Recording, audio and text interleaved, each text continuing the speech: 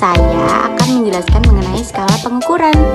Nah, pengukuran yang dimaksud ini tuh harus sesuai ya guys, harus sesuai dengan apa yang artinya tuh observasi fenomena yang akan kita ukur gitu. Nah, kalau misalkan pengukuran ini gak berjalan dengan baik, ya kita juga nggak akan mendapatkan hasil yang baik pula gitu kan. Terus habis itu tidak akan menunjukkan keadaan yang sebenarnya gitu. Dan juga pengukuran dalam penelitian itu sangat penting gitu, karena tanpa adanya pengukuran ini dari semua hasil penelitian ya gimana yang mau dicari gitu kan, karena yang kita cari itu adalah untuk mengukur suatu kebenaran dari fenomena yang akan kita ukur. Nah, pengukuran pula dilakukan untuk melihat sesuatu yang diamati. Contohnya tuh tinggi badan, berat badan, terus ekonomi dan lain sebagainya gitu. Nah, apa sih yang diukur dalam pengukuran itu?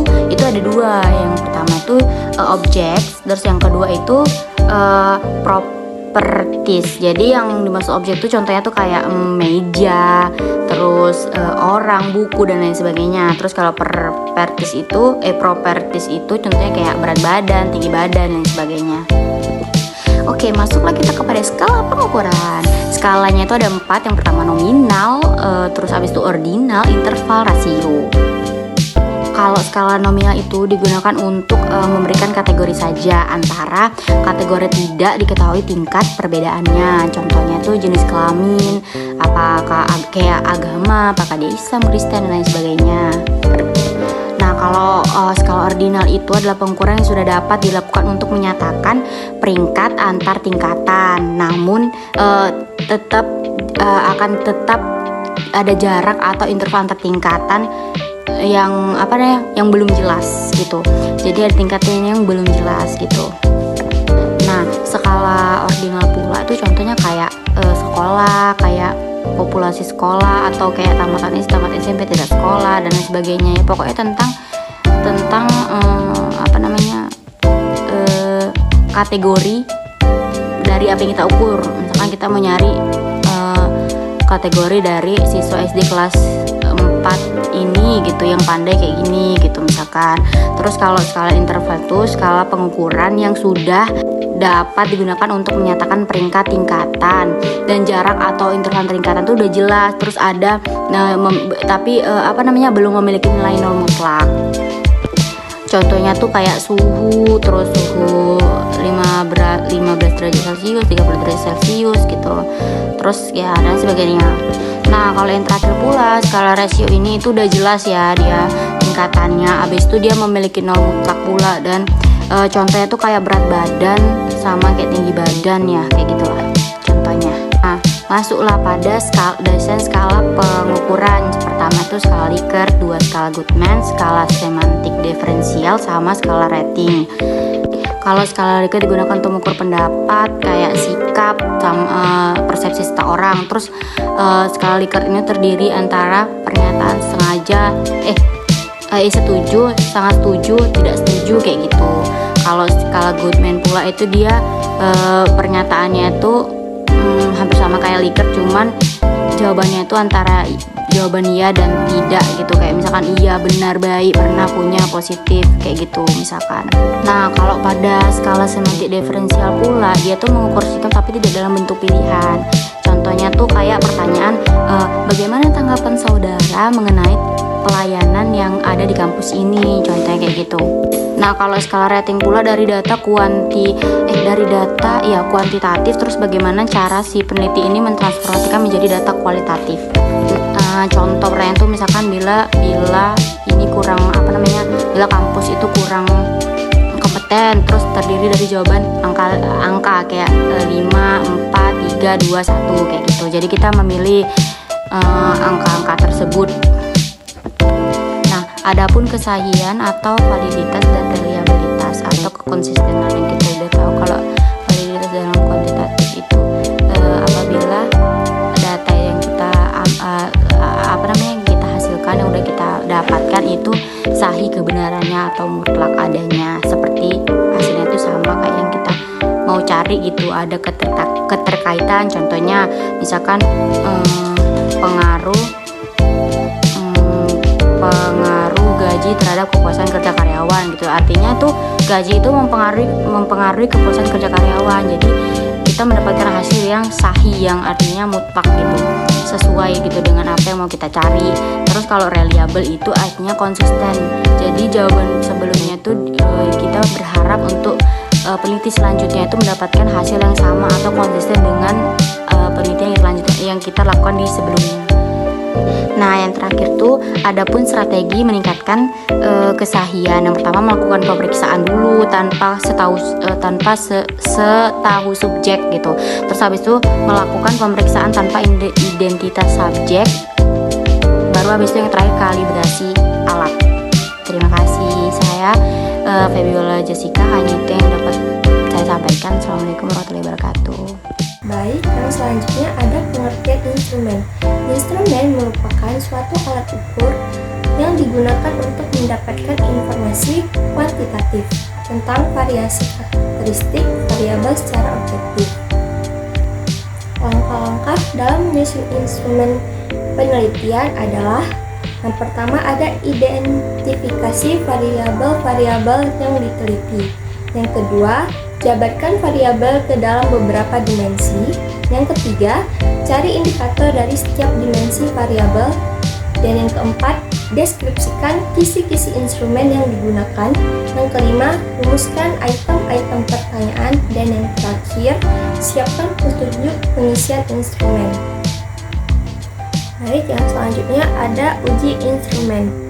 Yang pertama ada uji validitas, yaitu bivariate Pearson product moment Pearson, yaitu analisis korelasi Pearson atau dikenal juga dengan korelasi product moment adalah analisis untuk mengukur keeratan hubungan secara linear antara dua variabel yang mempunyai distribusi data normal.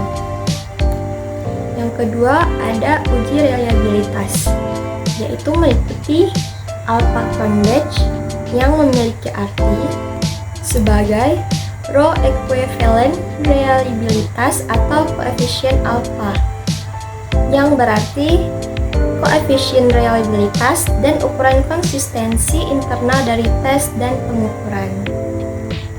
Yang kedua ada Sperman-Brown yang memiliki arti rumus yang menghubungkan reliabilitas psikometrik dengan panjang tes dan digunakan oleh psikometri untuk memprediksi reliabilitas tes setelah mengubah panjang tes. Yang ketiga ada Christoph. Christoph adalah berikutnya ada Anghoff. Anghoff adalah penelitian atau pendekatan penetapan standar yang banyak digunakan dalam pengembangan tes. Dalam bahasa Inggris, ini adalah jenis studi yang digunakan oleh pengembang tes untuk menentukan persentase kelulusan atau cut score untuk sebuah tes. Dan yang terakhir ada Rulon. Nah, dari semua jenis-jenis ini ada alpha Cronbach, Sperman-Brown, Christoph, Anghoff, dan Rulon. Ini adalah rumus yang sering digunakan untuk uji reliabilitas.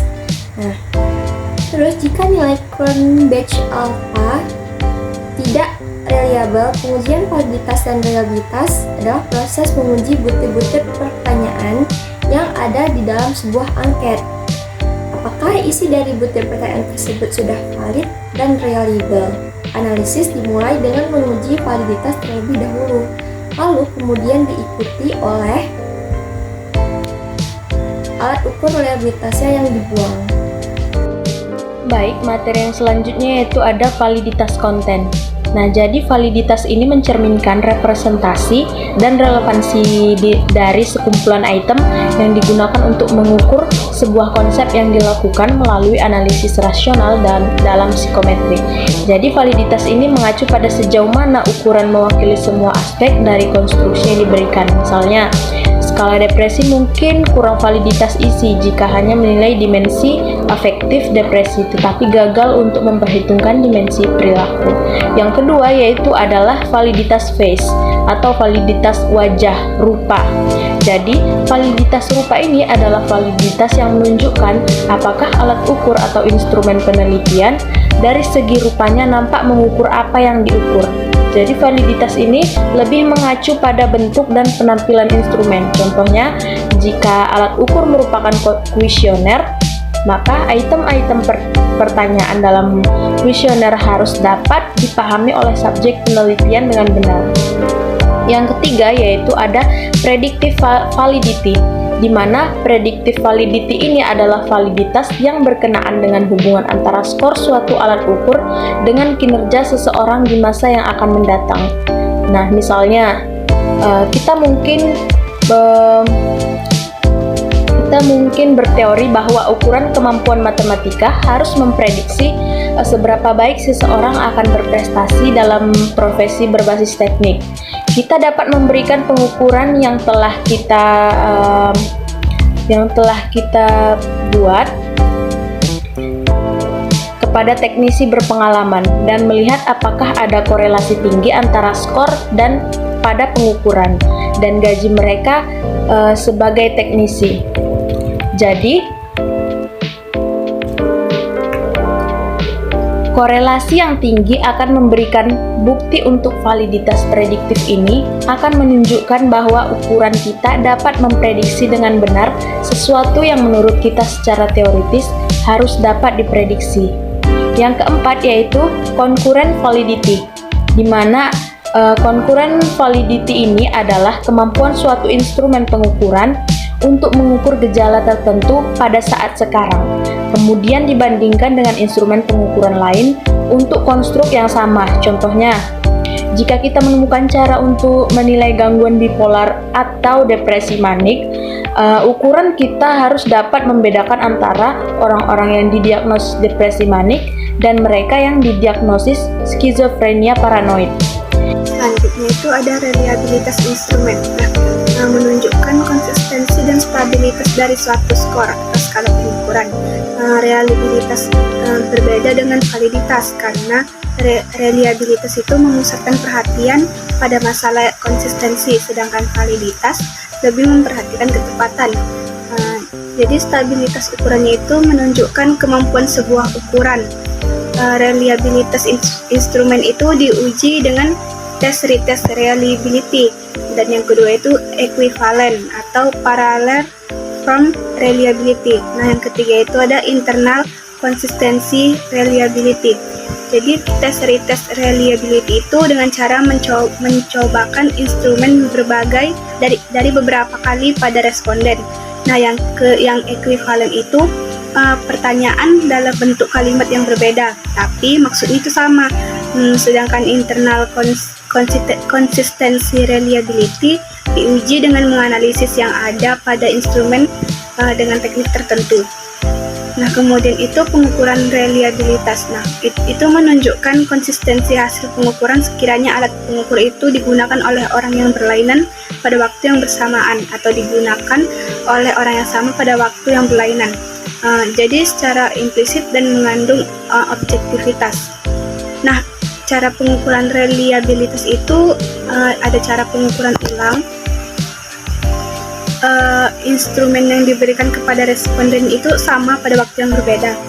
Skor totalnya itu diperoleh pada waktu pengukuran pertama dan dikorelasikan dengan skor total dengan pengukuran kedua. Rumus korelasi yang digunakan itu prosedurnya sama dengan menghitung validitasnya. Sekian dari presentasi saya. Assalamualaikum warahmatullahi wabarakatuh.